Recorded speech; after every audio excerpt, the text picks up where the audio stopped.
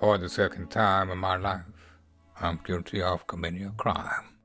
Being horrifically ill-prepared for my fantasy football draft. 'Cause I doubt my league mates minded my team finishing 3-10, earning the ridicule of not just my friends and family, but of every man, woman, and child I've ever encountered.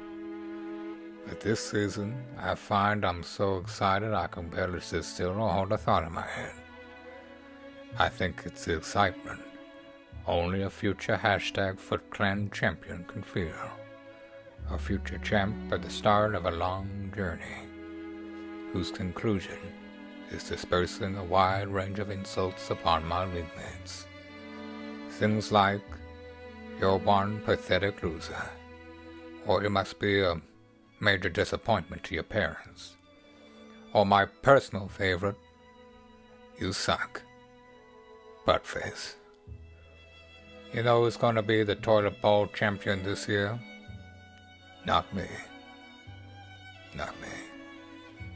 To join me on this journey, head to www.ultimatedraftkit.com. I hope to see you there.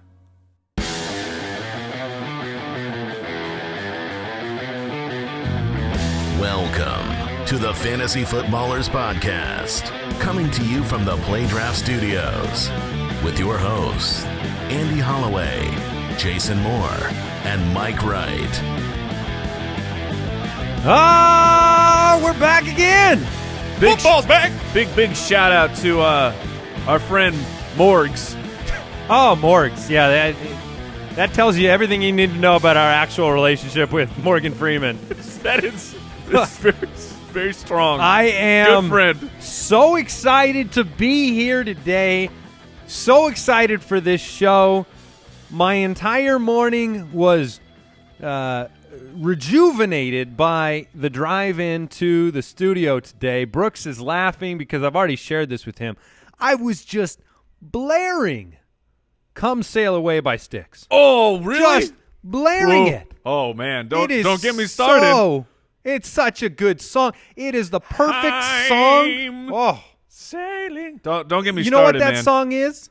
That song is like freaking Carlos Hyde, because it starts so nice and then all hell breaks loose over the back half of that song. You showed up today with a special swagger or something, Andy. I told you I did. Well, Come Sail Away will do that. I told Brooks I want it on vinyl. And then I said, actually, I want to go find a place that makes me a custom vinyl and puts it on there 12 times in a row. Wow. So I can flip it on the vinyl. It's a great song. I'm ready to rock today. I don't think this is a coincidence that today is the start of actual NFL preseason as opposed to the Hall of Fame game I've been nonsense. infected. We talked about it on the show. Someone injected me with some fantasy fever. I was not ready for this. I'm excited. I like and it. look, I'm pumped up now. Yesterday, we had maybe the most people go to YouTube that hadn't been on YouTube because Jason's ridiculous David Johnson choke, David Johnson gargle, whatever you want to call it. Garglegate. Oh, my gosh. It's been a long time since one thing. I mean, every show, we'll say something and people go nuts on Twitter and they'll take something and fly with it. But the amount of tweets on my whatever you call that throat collapse. You had a moment. Oh, man. And it hurt physically. Yeah, you swallowed your throat on the show. Brought people joy. We have a great show. We have running back rankings part 2 on the show today. Also going to share some running back sleepers, a great quick question, whatever Jason has in store. We never know. Whatever his body has in store for this show will be on the show. One of the things people probably wonder, I mean, this is a podcast. Do you ever edit it? And the answer is no. I mean, I don't know. We've done 405 shows, 410 shows, whatever it is. And I think we've probably, edited a handful of them for things like technical difficulties. Yeah, something falling in the studio in the middle of it or something weird where we'll cut that out. So you get unadulterated body noises by Jason. That's part of our promise to you. Quick question of the day, gentlemen. It's the Williams trio question. Which late-round rookie running back flyer do you prefer? Is it Joe Williams? Is it Jamaal Williams? Or Well, this one's not a rookie, so I don't know why rookie's in there. But Jonathan Williams. You blame at Des Bryant's That's X. right. That's right. So which late round running back flyer of these three Williams, Joe Williams, Jamaal Williams, Jonathan Williams. So that's Jonathan Williams of the Bills, Jamaal Williams of the Packers, and Joe Williams of the 49ers. Now, if this is who am I going to draft, I think it's an easy answer. It's Jamaal Williams to me, even though I don't actually think he finishes the year of these three with the most fantasy points. And I think that's an important point to clarify. People might go, but wait, like if you think that guy scores more, why wouldn't you draft him?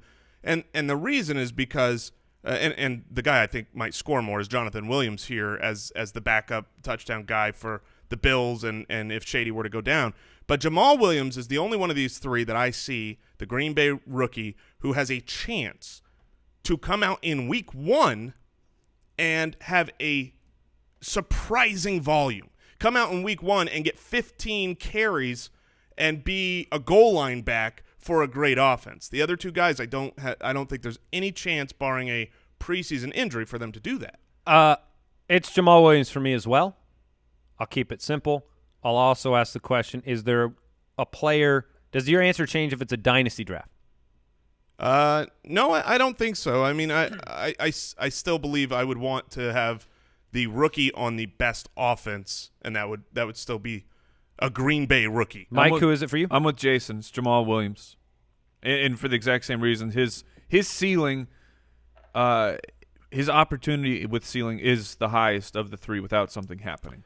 Follow us on Twitter at the FF Ballers. Subscribe over on YouTube if you want to watch the show over there. It's youtube.com/fantasyfootballers. Our fantasy football community is jointhefoot.com. There you can get an extra episode every week. You can join our special community forums for the Foot Clan. Chat with us You over can there. chat with us. There's a lot of good stuff going over there. The Foot Clan leagues are over there. So if you need a good league to play in, you can find people locally or online. A lot of free goodies for those that support the podcast. And reminder, Yeah. this Friday, Oh, here we tickets go. will go on sale at ballerslive.com for our live show in Phoenix, Arizona at the Crescent Ballroom, taking place on Labor Day. It's going to be amazing. So mark it down in your calendars. Mark it down. The tickets are going on sale Friday morning at ballerslive.com. All right. I'm going to forego the formal news section of the show. I want to get right into the running back rankings as we resume from 11 through however far we can go today. The two pieces of news I want to mention real quick. Congratulations to Devonta Freeman signing a 5-year Just got paid. 5-year deal. Friday night. I love it. It shows everything we talked about him yesterday. That shows Atlanta is committed. They view him as their main back for the future. Do you think there's a grimace on Tevin Coleman's face when he gives him the old handshake congratulations for that one? No, because I think Tevin Coleman knows now in 2 years Yeah, he's going to go. he's going to go get paid somewhere else. So Devonta Freeman locked up. Great signing by the Falcons. And then Andrew Luck, news broke this morning that all indications point to him not starting the season on the PUP. So for those of you that were slightly more worried or maybe that knocked Andrew Luck way down your draft board, I said this yesterday. I said yesterday I don't think there's any chance he starts on the PUP. It's looking like that's true. I don't think he's going to miss week 1 either. He still could. He could, yeah, absolutely. He could absolutely miss week 1. If you listen to Chuck Pagano kind of sounds like a guy who's hamstrung by the medical staff, wants Luck out there, and basically says, hey, when I get him, I get him. And then he basically said, Andrew Luck's played a lot of football, alluding to the fact he doesn't need to practice to play. So if he doesn't throw the ball until week 1, they'll probably still put him in there. This is actually good news to me because I draft my quarterbacks late, but I also don't bypass an outstanding value of a player like a quarterback. Let's say Aaron Rodgers somehow falls to the 5th.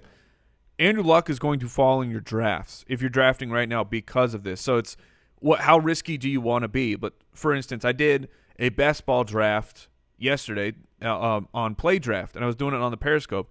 It was the back of the 6th round, and Andrew Luck was there. And I said, heck, why not get a guy who has number 1 possibilities in his range of outcomes at the back of the 6th? I mean, normally I wait a few more rounds to grab anybody, but I had to get him. So yeah, I think he's going to be a better value this year because of the injury. And it's not like a running back like Le'Veon Bell who's holding out. Andrew Luck is there. He's participating and he's game planning and he's it's not like he's just he's not sipping he's Mai not Tais at on the home beach. under the covers saying No, he's he's rehabbing, Right. and they want to be careful with him. They don't want to get him hurt, but it causes hesitation, and I understand that for sure. So, all right, let's go ahead and let's talk running backs. Running backs. Other than Jason's special moment on the show yesterday, there is another reason to go back and listen if you haven't, and we went through the top 10 running backs on our rankings. That's probably second to Jason's throat swallow. Definitely. Yeah, the throat burp, whatever that was. I don't know what that was. I think a throat collapse is the right. It was special. All right, number 11 on the running back rankings. It's one of Jason's guys, traditionally, Lamar Miller. Lamar Miller comes in at number 11. I have him at 14. In my shamelessly bold predictions article, I projected an early demise for Lamar Miller. Jason has him at 11. Mike has him at 10. So Mike is actually the highest on Lamar Miller. I love Lamar Miller. Standard ADP, average draft position, is 212 right now. PPR, Oh, man. PPR ADP Come is on, people. 303. That's stealing. Most drafts I've done recently, he is in the third round, which I That's love. unbelievable. The real drafts. We talked about Gurley at the end of yesterday's show. Gurley was going around the 7th, 8th pick of the second round. Lamar Miller's going after him. In 14 games last year, he was 268 for 1,073 yards and 5 touchdowns. Caught 31 passes for 188 yards. That's not a lot. That's Brock And Osweiler. 1 touchdown through the air. Let's talk about Lamar Miller. Range of outcomes. Lamar Miller it's similar to Todd Gurley last year, where it was because It really is because similar. he was such a high draft pick and burned people, so to speak, that but now they're completely off of Miller. Well, it seems like the public are more apt to give Todd Gurley another chance. Lamar Miller was solid. He was nothing special, absolutely. He really only had 2 just abysmal games where he hurt your team. Other than that, though, I mean, he was still a startable running back too. He was an RB1 or 2 71% of his games. And here's the key. 14 games, still over 1,000 yards, almost 1,100 yards in 14 games. And so you give him his full season, he's fantastic for you. So that's hyperbolic, but he's very good for your team. Meanwhile, only 5 touchdowns with the amount of carries he was getting. It seems like there is an easy way for that to move up at least a few touchdowns, which helps gives you those bigger weeks from time to time. Yeah, as the resident Lamar Miller lover, truther, I will say I am not confident in more touchdowns this year. I think if he ends up this season with 5 or 6 touchdowns, I won't be in the slightest bit surprised, because I don't see the offense being a high production, high scoring offense. I don't think Brock Osweiler leaving and the combination of Savage and Watson being able to actually help this team, score any kind of, jump up in points. So with that said, I do think Lamar Miller is great at the place he's going right now, because when you drafted him last year, he was going about 7th overall in your draft, and he disappointed that, very similar to Todd Gurley. This year, when he's not your RB1, yeah, you talked about over 70% of the time he was an RB2 or better. That is great, but people were disappointed because of the lack of his top 12 performance. He was just every week he was like the 14th, 15th best running back, and that's not good for your RB1. But for your RB2, you can't really ask for much more than that. His 16-game pace would have been 1,400 yards, so he can get it done. And if his efficiency returns to anywhere near his career average, and he gets the volume, I agree. It probably won't. And this is my only problem with Lamar Miller.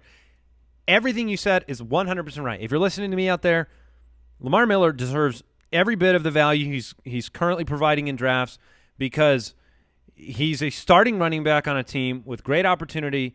He will produce for your fantasy team regardless of how efficient he is, regardless of the yards per carry, which I don't care about in this situation. The problem that I have with Lamar Miller is you did have a transition from Miami to Houston last year, and the increase in carries will nullify that efficiency because I don't think Lamar Miller, and I think this is why people are more off of him than maybe Gurley, I don't think Lamar Miller is necessarily made to receive 270 carries, made to do more than – look, he made his hay on straight line speed and being that breakaway guy. Last year, he was one of the worst players in all of football in terms of yards after contact per touch. He was like 69th in the league. Bad. So when he's being hit, when he's going between the tackles, there was some problems. And so I think when people project Gurley and Miller, I side with Gurley because I say, well, look, here's a player who's younger and the big playability returning for him seems much more likely. And so I'm just choosing higher ceiling with Gurley. Lamar Miller's going to give you fantasy value. There's no doubt. No doubt in my mind. Yeah, the only question for Miller is just will the touches remain the same? Because this is what Lamar Miller is now. He's a volume play. And Bill O'Brien did say over the offseason they want to get Lamar Miller, or they want to decrease his touches. They kind of spoke with that in the draft when they took Devonta Freeman, he showed up to camp out of shape, which, I mean, really most rookies do that. But then he had his incident with the law. We're still waiting, or has that been resolved? I don't think there's anything to worry about there. Yeah, I don't either. I'm just saying, but it's still there, and so there's just a couple. There's already some strikes against a rookie, so it takes a little bit more time for him to get acclimated into the offense. Is all I'm saying. All right, Isaiah Crowell comes in at number 12. I'm waiting for it now. Jason should do that one. Yeah, it came out. That's you, Andy. You're driving this bus. I am driving that bus. I have Isaiah Crowell inside my top 10. I'm at number 9. Jason has him at 14. Mike at number 12. Last year, in under 200 carries, ran for 952 yards, 7 touchdowns, caught the ball 40 times. I think that was surprising to everybody who owned him. Especially Duke Johnson. Going, what this is my job. Yeah, I think you see Crow on the field a lot, and those receptions, they're a result of being on the field. 319 yards on those, no touchdowns through the air. So, look, Isaiah Crowell, if you want him to end up in your top 10, like me, you have to project more carries. You have to project more dependency on the run, and that's a complicated equation for Crowell and for the Browns because, look, you can want to do something, and then you can be down 3 scores, and then you don't get to do it anymore. And that was the situation a lot last year, and you've heard Hugh Jackson come out and talk about, look, I really wish I had leaned on the run more. It was one of my biggest regrets is not giving the ball to Isaiah Crowell more. But does that translate? Look, you say a lot of things. I project a very good season from Isaiah Crowell, obviously. Where do you guys see him? Do you think that the volume increases? Do you think that because of how improved the offensive line is there, the efficiency and the volume increase? How can I get you in a fresh Isaiah Crowell? Isaiah Crowell early in the offseason, we were high on him when he was – I feel like he was like 8th round. I mean, he was pretty much an afterthought. A lot of people were high on him. There's so many reasons to project a step up, and you named a lot of them. Their offensive line, way better. Their head coach wants to run more. Isaiah Crowell showed enough. But then the opposite is equally true from the standpoint of this is a team that is not able to run the ball in the fourth quarter, and I think Isaiah Crowell's success is going to come down to the quarterback's success. As it does for a lot of teams. If the quarterback play in Cleveland is not good and the games are getting out of hand, then Crowell's not going to be able to run the ball in the fourth quarter. That's the biggest problem I have. And if I am honest, I can't project the Cleveland quarterback play to be anything other than the best I could project is mediocre. Maybe they'll be middle of the pack. So that's why I've got him the lowest of us. I think his range of outcomes, he's the first guy I see that we've talked about in our top 12, where if he finishes the year outside the top 36 running backs while healthy, I won't be shocked. I'm not. He's my number 14. I like him. I think he's good, but his team situation scares me more than all the others. I'd say a pretty solid comp. When you're talking situation here is Jordan Howard, who we have ranked slightly higher than Crowell because they're both good running backs. I think Howard's a better running back, but Crowell he's good. It's a very strong offensive line, probably better in Cleveland. They've made some offseason moves to shore things up. But when you talk about the volume, here's an interesting stat for you. Among running backs carries, Cleveland was last in the league with 279 carries to their running backs. There were only 3 teams that had under 300 carries to their running back or for their running backs. I mean, you're going to need a really, really large jump in carries for your running back to feel secure in Crowell, who Crowell was he was the top running back when it comes to getting your fantasy points in gouging runs, similar to Todd Gurley 2 years ago, where the majority of his production was on these huge plays. That's what Crowell was giving you last year. So if those fall off, then I see in the range of outcomes for Crowell being that low end running back too. So I have concerns about Crowell. I do have him at 12, but I don't know if I feel fun strong fact. about He that. averaged an extra yard per carry after contact than Lamar Miller. Yeah, no, it's good, but I mean, he also had those huge runs where Lamar Miller did not. If you compare, like, Todd Gurley's on a bad team, right? Todd Gurley last year had 278 fourth-quarter rushing attempts. The Cleveland Browns had 279 on the season. Wait, Yeah. what did you just say? Rushing attempts in the fourth quarter. What? That's not That's accurate. not possible. Oh, what? You're looking at the No, wrong Yeah, time frame is this? are you total talking- on the Are you year. talking about Todd Gurley's total carries? Yes. Let me see. I mean, he gave me Todd Gurley.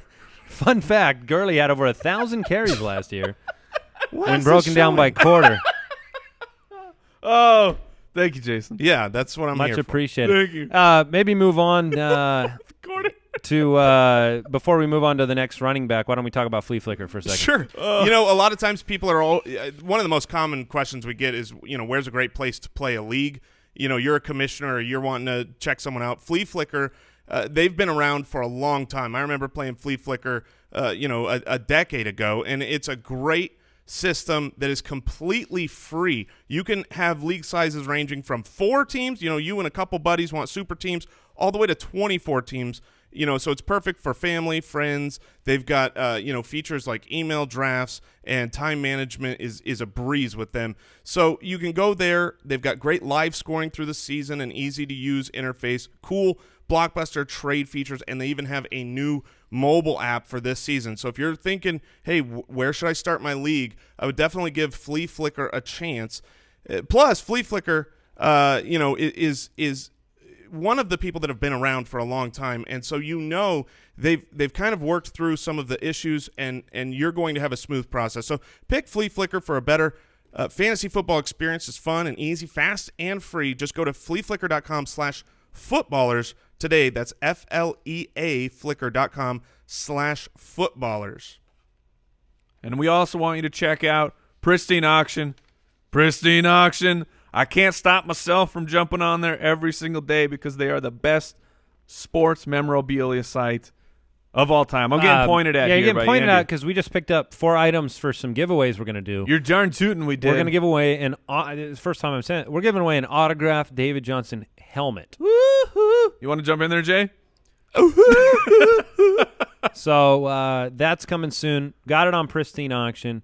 They continue to improve what they're doing over there. Now you can get your jerseys custom framed as part of the process.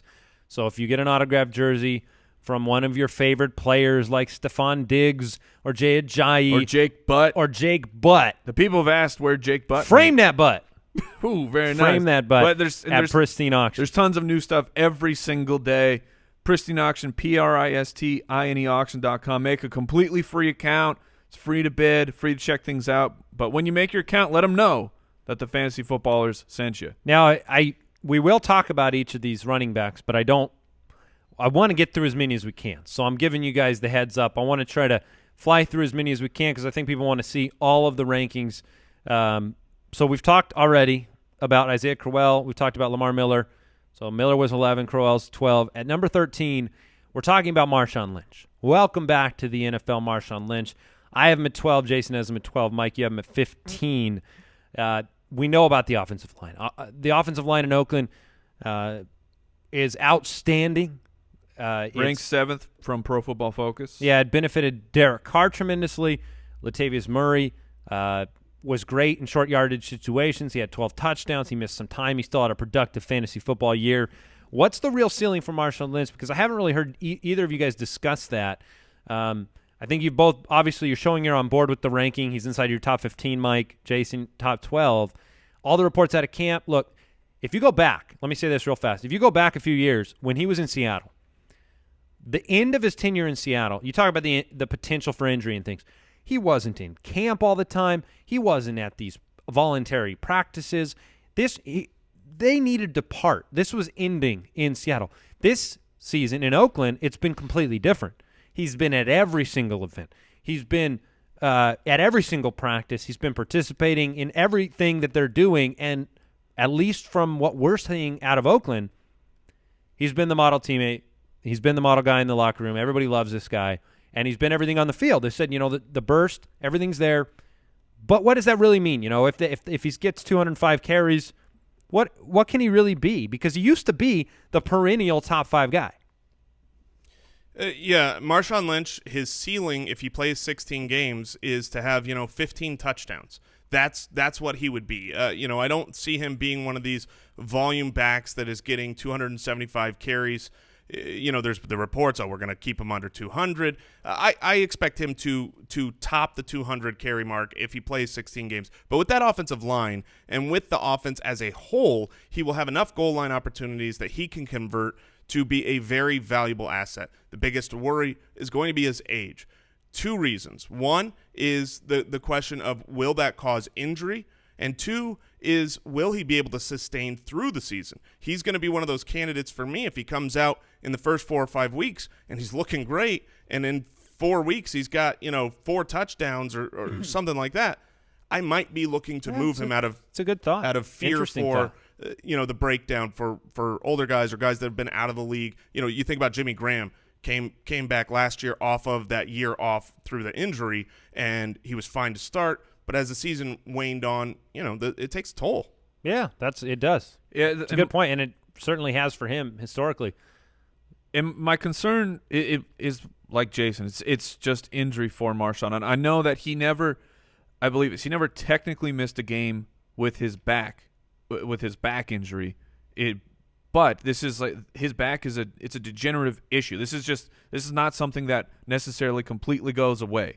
And because you're always quick to point out, Andy, that he didn't miss a game because of his back, but he would have to stay on the field at halftime because he couldn't go back to the locker room because he know that his back would completely seize up and he wouldn't be able to move the way that he needs to. So I have concerns about that, of missing an entire year. You retired for a reason in the first place, and I know that this situation was unbelievable for Marshawn. You get to go back to your hometown, and I totally get that. But just 31? Is that how old he is? Are you happy with him in the 3rd round of a PPR draft? 3rd round? Probably. Because he's 31, yes. Because of the ceiling. Just turned 31. Because his ceiling, I don't even think his ceiling's 15. You're talking his ceiling is LeGarrette Blount touchdowns from last year. That's his ceiling. It's very possible that happens. Or not very. It's possible that happens. There's so many red flags with Marshawn missing games. Going in on him that early in drafts is sketchy for me. All right. Leonard Fournette, number 14 on the rankings. Rookie out of Jacksonville. Seems to have the starting job locked up. It'll be his. Or starting with the other 2 guys. What do you mean? Because he was listed as co-starter on the initial depth chart. But this should be his backfield is my point. It should be Leonard Fournette's backfield in Jacksonville. Right now he's going as high, his average draft position right now is 205. So you're having to pay up for Leonard Fournette. It's a middle-of-the-road offensive line at best, and an offense that I think is transitioning to be run-centric.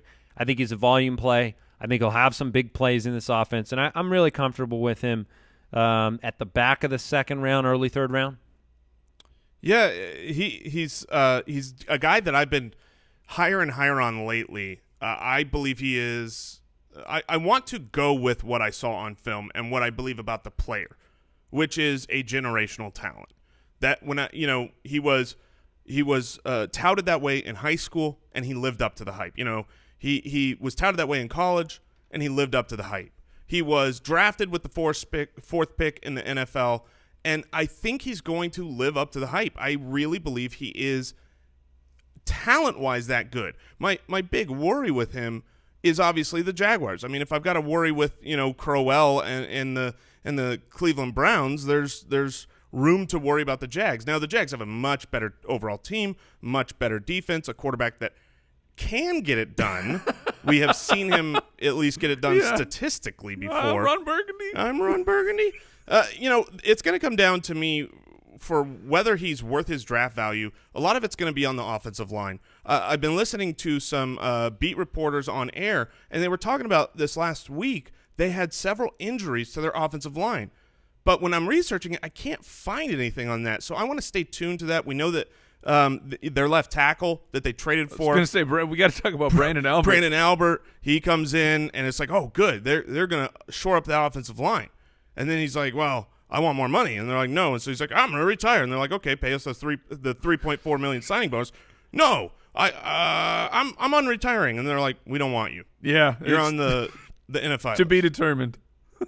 But so I know that, Andy, you're higher on Fournette than me. I know what the ceiling is, but you have a bad team and you have game script stuff, right, for Leonard Fournette, where can he be the passing down back? Can he be the third down back when you had Yeldon have pretty strong success? I mean, T.J. Yeldon had the 7th most targets to a running back. He had the 11th most running back receptions at 50. That's tied with LaShawn McCoy. I don't know if people realize that. T.J. Yeldon caught as many passes as Shady. I mean, that's high volume. So will they completely abandon that and go all to Leonard Fournette? Well, I think that they're going to change the style. I mean, you had Blake Bortles throw for about 10,000 passing attempts last year, so that gets the running back receptions a little bit higher. But I do see your point. Leonard Fournette will not be the complete show. But then again, Zeke wasn't really used in the passing game. I mean, he was. I think he had 30-plus receptions, right. But he wasn't. There were other backs used. Do you in see that role. Fournette getting to that area of 30? Yeah, I do see him getting above 25 for sure. You want to hear something crazy? Jacksonville last year, on 3rd and short, they threw the ball 75% of the time. That's number 1 in the league. That's what's changing in Jacksonville. Yeah, that's going to mind you. That'll be 0%. That's the stat. Blake Bortles' passer rating on 3rd down was 57. So you chose to throw it on 3rd down. Is that out of 60? That puts him the only player. Or is that out of regular passer The only rating? player worse than him was Ryan Fitzpatrick on 3rd down, and the next highest is Carson Wentz. So Carson Wentz was the 3rd worst. He was 10 points higher. So this was not good. This was not a good strategic decision. Things changed with Doug Marrone coming in. This team under new leadership with a look, the defense needs to be talked about. If you want to become a running team, you have to be able to sustain it. You couldn't be the New Orleans Saints and say, all we're going to do is run the ball, but we're going to give up 38 a game on the defense. So if their defense can sustain it, the game scripts will change. They'll take the ball out of Bortles' hands. Marrone wants to do that. It's not just Marrone. I mean, it's also Tom Coughlin. I've heard that, speaking of changes, Tom Coughlin has instituted a rule that everyone on the team has to wear original white briefs. Yeah, and because they're comfortable, affordable, supportive, and they instill responsibility. When you put them on, you go pay your bills. Alex Smith wears briefs, that's for sure. No. Of course he does. We're talking about Tom Coughlin. No Alex Smith jokes. All right, Mike Gillislee? Mike Gillislee's number 15 on our rankings. Mike, you just snagged him in our we just started a sleeper bot league, a company league. Mm-hmm. Six owners. Super teams. Took a while for Josh, our community manager guy. It took him a while to realize there were like 3 running backs and 3 wide receivers and 2 quarterbacks. Know your league system. Know your rules, people. But I saw you grab Gillislee, right? I did. I ended up taking McCaffrey over Gillislee in this draft, and so I have him at 17. Jason, you have him at 18. Mike, you got him up at 11. Yeah, and I don't blame you. It's not complicated to see the possible upside for Gillislee. You're obviously taking a side of the Patriots choosing him. I guess all the reasons that you might pause a little bit about Marshawn's back, I go, pause because of Bill Belichick and the different game scripts. And if Gillislee's great, even though like Blunt was great, right? Mm-hmm. But I don't know how often last year fantasy owners felt like they could roll Blunt out every single week. Like, I know that there was some points where you felt that way, but there's still those games that disappear for the running backs on the Patriots. So what do you think about Mike Gillislee? Yeah, he was obviously incredible in Buffalo. He has to transition here. I have him very aggressively ranked as a running back 1, and I get all the fears of the Patriot running back. You don't know who it's going to be, except last year we knew who it was going to be. It was LeGarrette Blount. 2 years ago we knew who it was going to be. It was Dion Lewis. A couple years before that, before he fumbled away his opportunity, we knew it was going to be Stephen Ridley. So I believe they brought him in for a reason. They basically poison pill stole him away from the Buffalo Bills. They had to give up a pick and sign Gillislee to a contract that they thought that the Buffalo Bills would not match. So they were highly aggressive when they went out and got him. Now I know they also added Rex Burkhead, but that's just a contract. That's a free agent. So I just believe that the team sees Mike Gillislee as the LeGarrette Blount type of replacement, and he's more versatile, whatever, than LeGarrette Blount, where you can line up in the shotgun and not assume they're going to run if LeGarrette Blount is there, or he can catch the ball. He was one of the most efficient running backs in the league of qualified runners, basically had the highest yards per carry. He's a sensational running back, and there is very high risk here taking him, but I don't think it's an injury risk despite him. He has a hamstring right now, which is, I think, led to some fears of Mike Gillislee, including me. It's a little bit of a red flag there. But the reward for Mike Gillislee can be so tremendous, but his ADP's out of control right now. Yeah, I was fine with him in the 5th. I was comfortable in the 4th. If he jumps up into the 3rd, I don't know. I don't know if I can do that. Everything I hear about Marshawn's hammy is it's just pristine. It's just in perfect shape. Hey, Jason, do you need to touch on Gillislee, or can I move on here? The only point I was going to make is, he's a better running back than LeGarrette Blount, but LeGarrette Blount had 18 touchdowns last year, and so people are wanting that. LeGarrette Blount also had 7 games where he was not a top 20 running back. There you go. That's why I didn't feel like you were confident week to week. Yeah, so best ball, trying love to catch Gilly. some fire. 16 and 17 on the rankings. Danny Woodhead, Christian McCaffrey. I'm throwing them together. We can talk about them because they both fill a similar role in their offensive schemes, and they both are joining teams that seem to really need their particular set of skills. So let's talk Woodhead and McCaffrey. Like I said last night, I took McCaffrey over Gillislee. I am a believer. If you read that article, I believe Cam Newton yo-yos back to form this year. I believe in the offense. I believe in the fact that we're going to see another really, really big fantasy year from Cam Newton. What is a return to form for Cam Newton, though? Well, because a return to form is not the MVP season. I think he's going to return to not the MVP season, but a very, very high production fantasy offense. Let me ask you guys this question philosophically, because I think it connects these two players. Let's say you have 2 really good pass-catching running backs. They're the same age, and it's redraft. Okay, they're both 26 in their prime. One is on a team that passes to the running back a ton, but does not have as high-powered an offense, won't score as many touchdowns. And the other is a team that will have the more high-powered offense, but does not usually utilize that role. Just, philosophically, sure. Which one would you prefer to have? I would take the better offense. I would take the guy who's going to get the targets. Yeah, I think I lean that side too. I feel like cream rises to the top argument is mine. If you're hyper talented and your offense is in the red zone more often, give me that guy. Yeah, and I love McCaffrey. I have him ranked the highest out of all of us. I believe that he will be utilized, and Jason's thinly veiled philosophical debate there was McCaffrey, where we know that the Panthers just have not utilized pass-catching running backs in the past. So that'll be a transition for the team. Meanwhile, Baltimore can't stop passing the ball, and Danny Woodhead is one of the best pass-catching running backs of his generation. And 2 years ago when Danny Woodhead played a full season and was healthy, running back 1 in half-point PPR. You got to go back another 2 years ago. A running back 1. A running back 1. He was injured the year before that, but then you go back again and he was a running back 2. I mean, he's very, very good. His ceiling has now gone up he doesn't have to worry about Kenneth Dixon coming in and taking some of that work. It's Terrence West and Danny Woodhead. I'm not concerned that Buck Allen's going to take reps away from Danny Woodhead. So I really like both of these guys. Danny Woodhead, though, he's someone you can always get later in ADP. So both of those players have, obviously extra value in half and full point PPR leagues. Certainly. You're going to see a disparity in rankings when you look at them in standard versus PPR formats. Well, what's funny about that is when you look at their ADP, and this is something to keep in mind, if you're out there drafting. So Danny Woodhead in standard leagues is in the 7th round, and he's in the 4th round in PPR. That makes sense.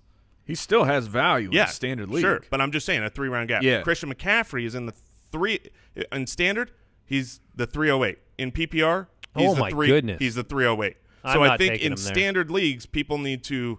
The 308 in a PPR, sure, but in a standard league, that's too high for me. I agree. I agree with that. The 3rd and 4th rounds are going to be.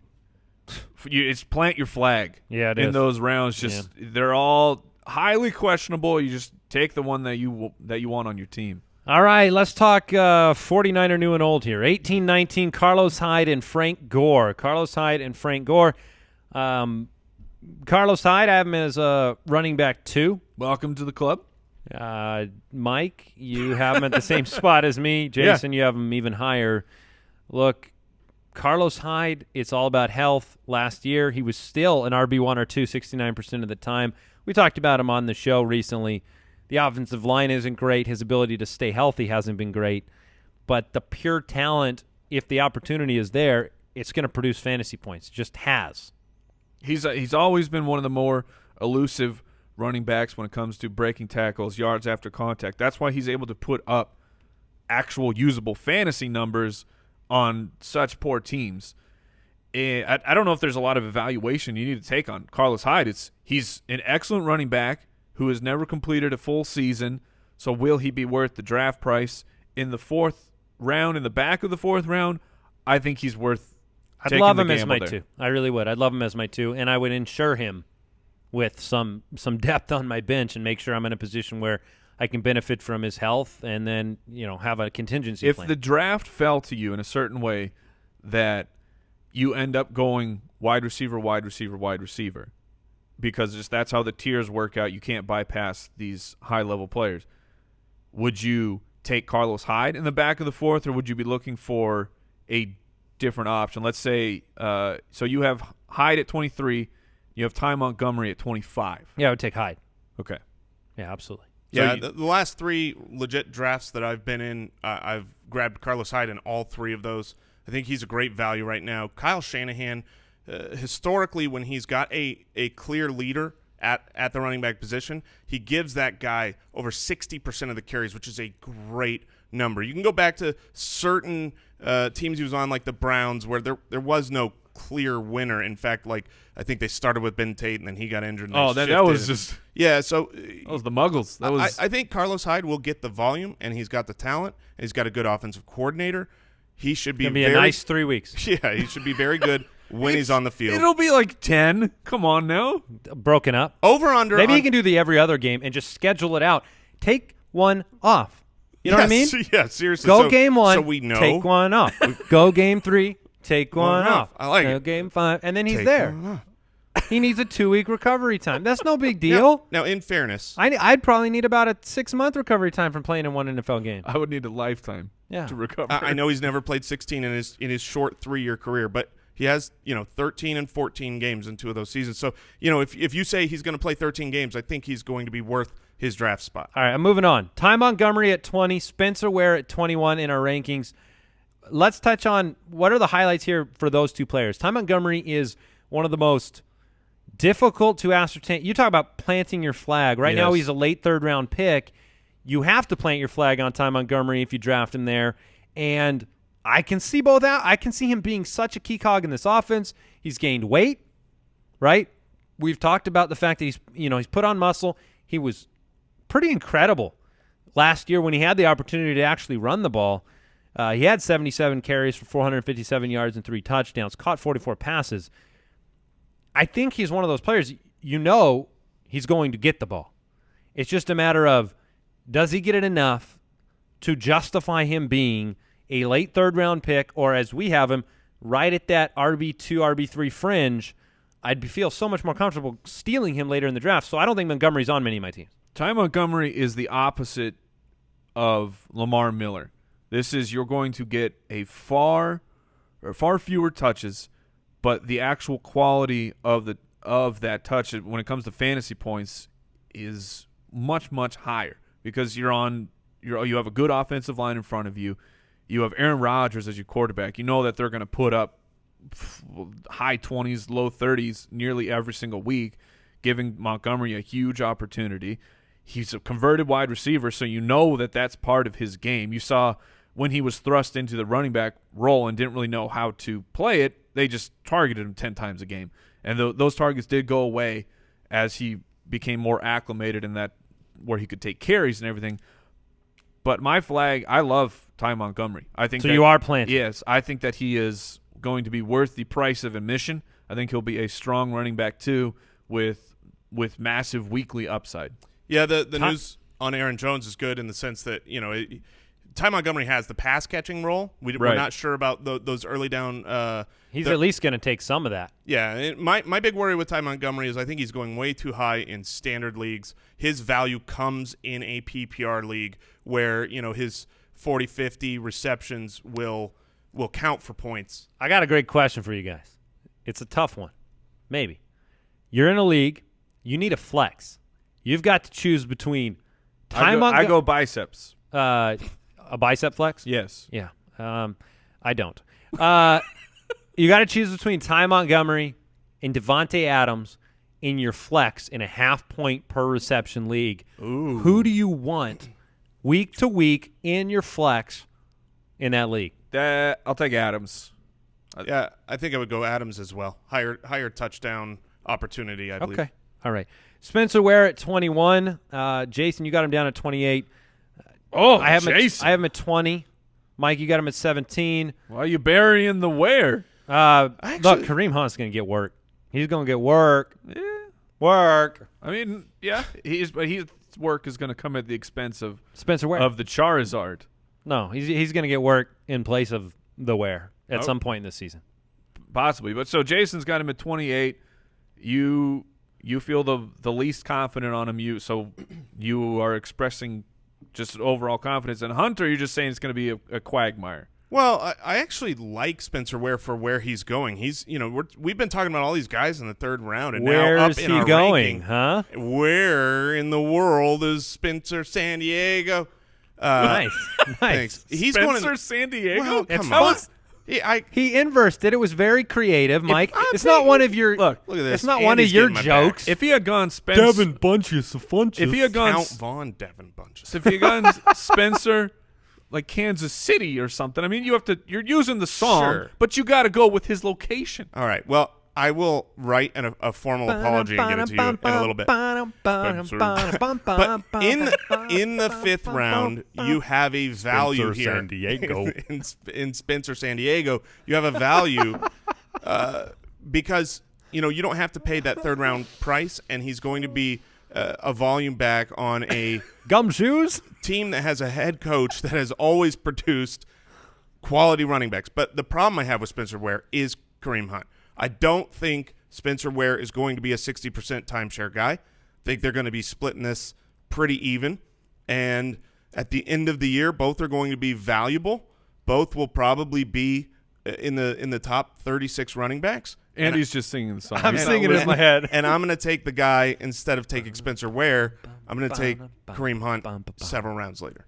Now, see, in my atlas, and because Carmen Sandiego came with that gigantic atlas. I didn't care if you're looking in the United States, Europe, time, space.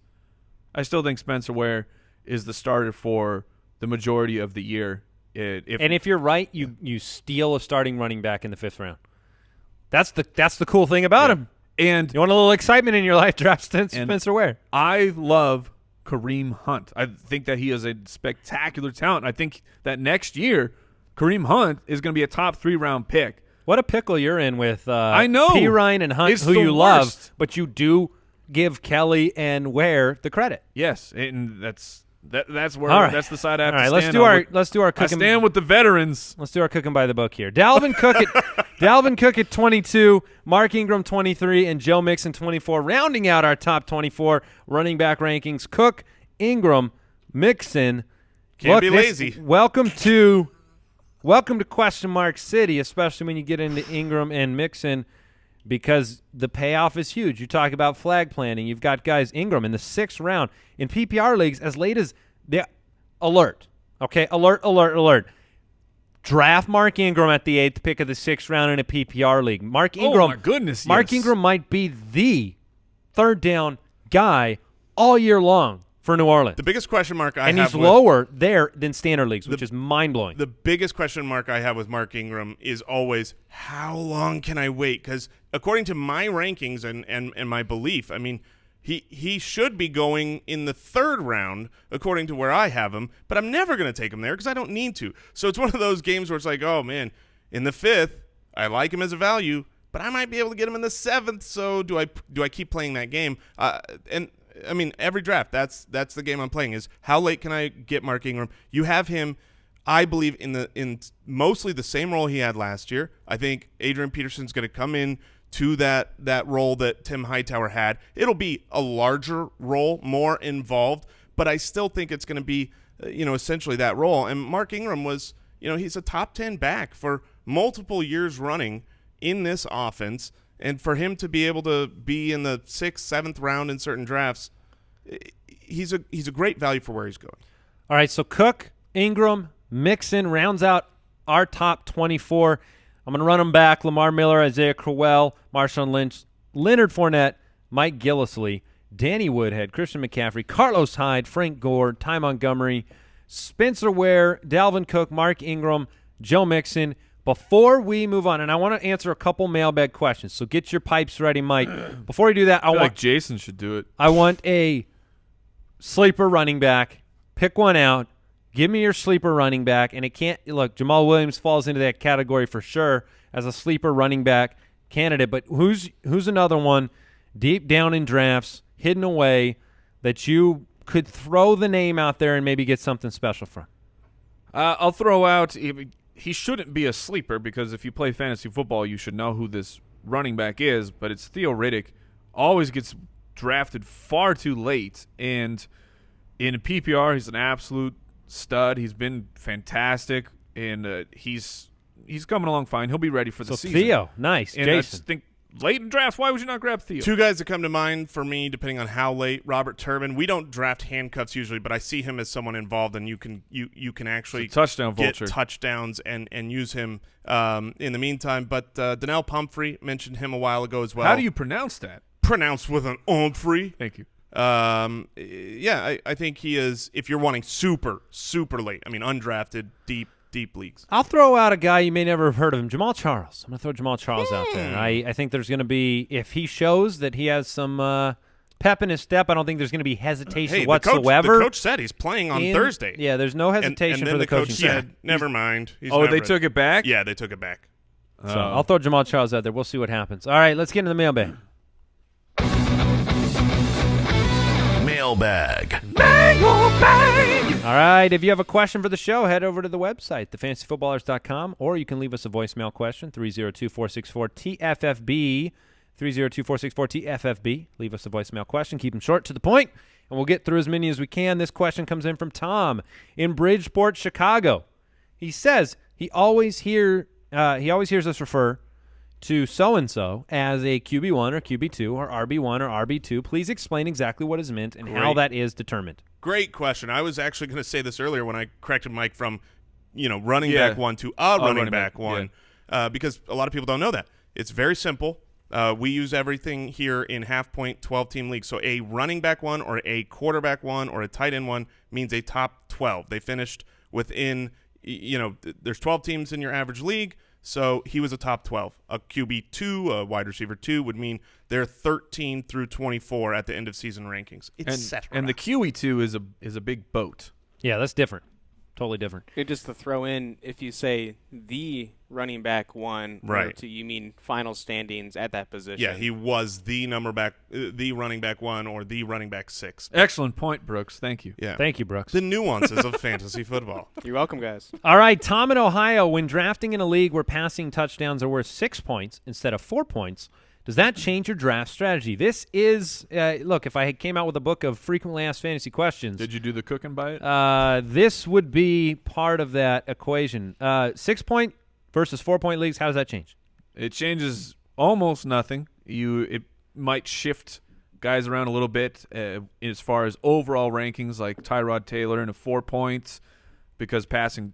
He throws a lower amount of passing touchdowns, but he gets you rushing yards and rushing touchdowns. So it can change those rankings slightly. So that's within the quarterback category, yes. Shuffling names, not necessarily changing where the quarterbacks belong. But it does not change at all my belief in taking a quarterback late because they are replaceable in fantasy football. We will never stop getting this question asked. And I we'll think answer it every time. No, but that's important. I mean, so many people see this and get the wrong perception that means they need to take that quarterback in round points. 1, round 2, and we urge you, don't do it. Urge you. All right, Mr. Butterface has a question. At Mr._Butterface himself says, good friend of the show. What useful statistic in evaluating players is the most often overlooked or underutilized? I've got one. I'm going to throw it out there. I would say possibly, and I don't know this, but maybe fantasy points per snap would be interesting to find out. You're saying that could be that's underutilized and should be utilized potentially, more? Yeah. I mean, it does factor in things like opportunity and efficiency, and it's an interesting one. But what do you guys think? What do you think is most often overlooked or underutilized? And I'll throw in there, what do you think is maybe overemphasized? I would say underutilized it's not necessarily a statistic. It's reading a situation. It's what are the tendencies of a team? What are the tendencies of an offensive coordinator he's got a new job? And because it's really easy to look at quantifiable things from last year. What did this team do last year? Well, the Baltimore Ravens the last 2 years have been the most pass-happy team in the league. Meanwhile, their new offensive coordinator, he's not known for that. There could be a dynamic shift back to or returning things more to a more balanced approach. So that's not a stat, but I think that's an underutilized thing is reading a situation instead of looking at actual raw numbers. Yeah, my one for each would be I think the more overutilized one is touchdowns. If a guy's had a lot of touchdowns, he gets bumped up, and he is now a touchdown guy. But those fluctuate so much, and they're hard to predict. And the most underutilized would be consistency metrics. You look at versus end of year numbers and total numbers, but check out and we just built all of these consistency metric data, so you could check out what percentage of time last year or the year before or the last 2 years or 3 years or whatever for every position, how often were they finishing in a place that helped your fantasy team? Because I would much rather have a guy who finished 5 spots behind, he was the wide receiver 20 instead of the wide receiver 15, but every single week he was helping me not lose, whereas the 15 every other week I was losing because he put up a goose egg. And he didn't week 17 explode 30 points to boost his overall final ranking. Look, LeGarrette Blount's not in New England anymore, but if he was, where's he going in this draft this year? Because that final total of touchdowns versus where he really belonged, Jason just said 6 weeks outside the top what? 7 weeks outside the top 20 and half. Yeah, so that's what Jason's saying. He's saying the consistency factors in. All right, that does it. Wait. Blah, blah, blah. I know we're nearing the end, but I have to avenge myself from the ridiculous stat earlier of fourth quarter. Here's the thing. I mean, you almost had this just amazing stat. Well, where I was got it? it. Todd Gurley had 270 carries.